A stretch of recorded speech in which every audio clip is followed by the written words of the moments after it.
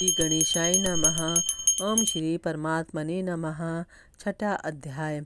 श्री भगवान बोले, कर्म फल का आश्रय न लेकर जो कर्तव्य कर्म करता है वही सन्यासी तथा योगी है, और केवल अग्नि का त्याग करने वाला सन्यासी नहीं होता तथा केवल क्रियाओं का त्याग करने वाला योगी नहीं होता। हे अर्जुन, लोग जिसको सन्यास ऐसा कहते हैं उसी को तुम योग समझो, क्योंकि संकल्पों का त्याग किए बिना मनुष्य कोई सा भी योगी नहीं हो सकता। जो योग समता में आरूढ़ होना चाहता है, ऐसे मननशील योगी के लिए कर्तव्य कर्म करना कारण कहा गया है, और उसी योगारूढ़ मनुष्य का शम शांति परमात्म प्राप्ति में कारण कहा गया है। कारण कि जिस समय न इंद्रियों के भोगों में तथा न कर्मों में ही आसक्त होता है, उस समय वह संपूर्ण संकल्पों का त्यागी मनुष्य योगारूढ़ कहा जाता है। अपने द्वारा अपना उद्धार करें, अपना पतन ना करें, क्योंकि आप ही अपना मित्र है और आप ही अपना शत्रु है। जिसने अपने आप से अपने आप को जीत लिया है, उसके लिए आप ही अपना बंधु है, और जिसने अपने आप को नहीं जीता है, ऐसे अनात्मा का आत्मा ही शत्रुता में शत्रु की तरह बर्ताव करता है। जिसने अपने पर विजय कर ली है, उस शीत उष्ण अनुकूलता प्रतिकूलता सुख दुख तथा मान अपमान में निर्विकार मनुष्य को परमात्मा नित्य प्राप्त है। जिसका अंतःकरण ज्ञान विज्ञान से तृप्त है, जो कूट की तरह निर्विकार है, जितेंद्रिय है और मिट्टी, ढेले, पत्थर तथा स्वर्ण में समबुद्धि वाला है, ऐसा योगी युक्त योगारूढ़ कहा जाता है।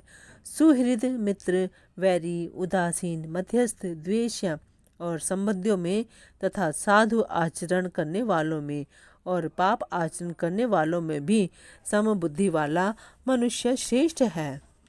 भोग बुद्धि से संग्रह न करने वाला, इच्छा रहित और अंतःकरण तथा शरीर को वश में रखने वाला योगी अकेला एकांत में स्थित होकर मन को निरंतर परमात्मा में लगाए। शुद्ध भूमि पर जिस पर क्रमशः कुश, मृगछाला और वस्त्र बिछे हैं, जो ना अत्यंत ऊंचा है और ना अत्यंत नीचा, ऐसे अपने आसन को स्थिर स्थापन करके उस आसन पर बैठकर चित्त और इंद्रियों की क्रियाओं को वश में रखते हुए मन को एकाग्र करके अंतःकरण की शुद्धि के लिए योग का अभ्यास करें। काया, सिर और गले को सीधे अचल धारण करके तथा दिशाओं को ना देख कर केवल अपनी नासिका के अग्रभाग को देखते हुए स्थिर होकर बैठे। जिसका अंतःकरण शांत है, जो भयरहित है और जो ब्रह्मचारी व्रत में स्थित है, ऐसा सावधान ध्यान योगी मन का संयम करके मुझ में चित्त लगाता हुआ मेरे परायण होकर बैठे। वश में किए हुए मनन वाला योगी मन को इस तरह से सदा परमात्मा में लगाता हुआ मुझ में सम्यक स्थिति वाली जो निर्वाण परमा शांति है, उसको प्राप्त हो जाता है। हे अर्जुन, यह योग ना तो अधिक खाने वाले का और ना बिल्कुल ना खाने वाले का तथा ना अधिक सोने वाले का और ना बिल्कुल ना सोने वाले का ही सिद्ध होता है। दुखों का नाश करने वाला योग तो यथा योग्य आहार और विहार करने वाले का, कर्मों में यथा योग्य चेष्टा करने वाले का तथा यथा योग्य सोने और जागने वाले का ही सिद्ध होता है। वश में किया हुआ चित्त जिस काल में अपने स्वरूप में ही स्थित हो जाता है और स्वयं संपूर्ण पदार्थों से निष्प्रिय हो जाता है, उस काल में वह योगी ऐसा कहा जाता है। जैसे स्पंदन रहित वायु के स्थान में स्थित दीपक की लौ चेष्टा रहित हो जाती है। योग का अभ्यास करते हुए वश में किए हुए चित्त वाले योगी की चित्त की वैसी ही उपमा कही गई है। योग का सेवन करने से जिस अवस्था में निरुद्ध चित्त उपराम हो जाता है तथा जिस अवस्था में स्वयं अपने आप से अपने आप को देखता हुआ अपने आप में ही संतुष्ट हो जाता है, जो सुख आत्यंतिक अतीन्द्रिय और बुद्धिग्राह्य है, उस सुख का जिस अवस्था में अनुभव करता है और जिस सुख में स्थित हुआ यह ध्यान योगी तत्व से फिर कभी विचलित नहीं होता। जिस लाभ की प्राप्ति होने पर उससे अधिक कोई दूसरा लाभ और उसके मानने में भी नहीं आता और जिसमें स्थित होने पर वह बड़े भारी दुख से भी विचलित नहीं किया जा सकता, जिसमें दुखों के संयोग का ही वियोग है, उसी को योग नाम से जानना चाहिए।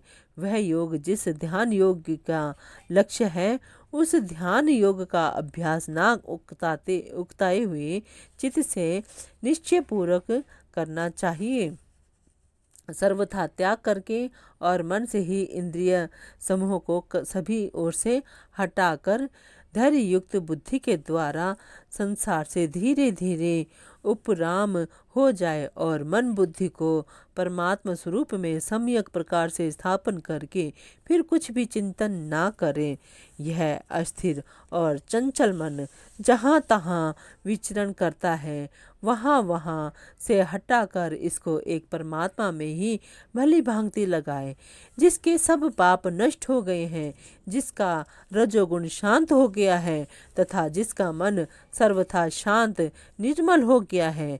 ऐसे इस ब्रह्म रूप बने हुए योगी को निश्चित ही उत्तम सात्विक सुख प्राप्त होता है। इस प्रकार अपने आप को सदा परमात्मा में लगाता हुआ पाप रहित योगी सुखपूर्वक ब्रह्म प्राप्ति रूप अत्यंत सुख का अनुभव कर लेता है। सब जगह अपने स्वरूप को देखने वाला और ध्यान योग से युक्त अंतःकरण वाला सांख्य योगी अपने स्वरूप को संपूर्ण प्राणियों में स्थित देखता है और संपूर्ण प्राणियों को अपने स्वरूप में देखता है। जो भक्त सब में मुझे देखता है और मुझ में सबको देखता है, उसके लिए मैं अदृश्य नहीं होता और वह मेरे लिए अदृश्य नहीं होता। मुझ में एक ही भाव से स्थित हुआ जो भक्ति योगी संपूर्ण प्राणियों में स्थित मेरा भजन करता है, वह सब कुछ बर्ताव करता हुआ भी मुझ में ही बर्ताव कर रहा है, अर्थात वह नित्य निरंतर मुझ में ही स्थित है। हे अर्जुन, जो भक्त अपने शरीर की उपमा से सब जगह मुझे समान देखता है और सुख अथवा दुख को भी समान देखता है, वह परम योगी माना गया है। अर्जुन बोले, हे मधुसूदन, आपने समता पूर्वक जो यह योग कहा है, मन की चंचलता के कारण मैं इस योग की स्थिर स्थिति नहीं देखता हूँ, कारण कि हे कृष्ण, मन बड़ा ही चंचल, प्रमथनशील, दृढ़ जिद्दी और बलवान है। उसको रोकना मैं आकाश में स्थित वायु की तरह अत्यंत कठिन मानता हूँ। श्री भगवान बोले, हे महाबाहो, यह मन बड़ा ही चंचल है और इसका निग्रह करना भी बड़ा कठिन है। यह तुम्हारा कहना बिल्कुल ठीक है, परंतु हे कुंती नंदन, अभ्यास और वैराग्य के द्वारा इसका निग्रह किया जाता है। जिसका मन पूरा वश में नहीं है, उसके द्वारा योग प्राप्त होना कठिन है, परंतु उपाय पूर्वक यत्न करने वाले तथा वश में किए हुए मन वाले साधक को योग प्राप्त हो सकता है, ऐसा मेरा मत है।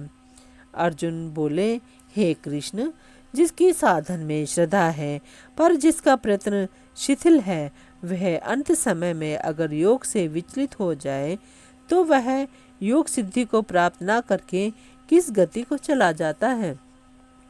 हे महाबाहो, संसार के आश्रय से रहित और परमात्मा प्राप्ति के मार्ग में मोहित अर्थात विचलित इस तरह दोनों ओर से भ्रष्ट हुआ साधक क्या छिन्न भिन्न बादल की तरह नष्ट तो नहीं हो जाता। हे कृष्ण, मेरे इस संदेह का सर्वथा छेदन करने के लिए आप ही योग्य हैं, क्योंकि इस संशय का छेदन करने वाला आपके सिवा दूसरा कोई नहीं सकता।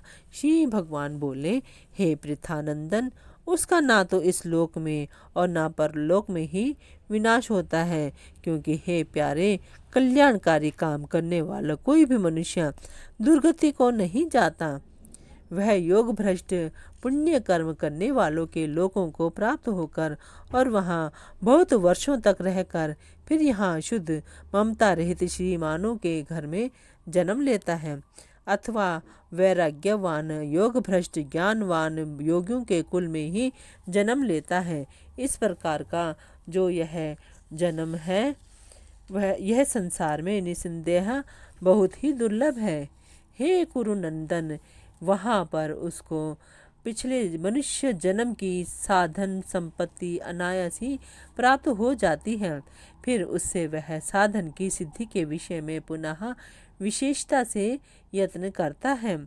वह श्रीमानों के घर में जन्म लेने वाला योग भ्रष्ट मनुष्य भोगों के परवश होता हुआ भी उस पहले मनुष्य जन्म किए हुए अभ्यास साधन के कारण ही परमात्मा की तरफ खिंच जाता है, क्योंकि योग समता का जिज्ञासु भी वेदों में कहे हुए सकाम कर्मों का अतिक्रमण कर जाता है।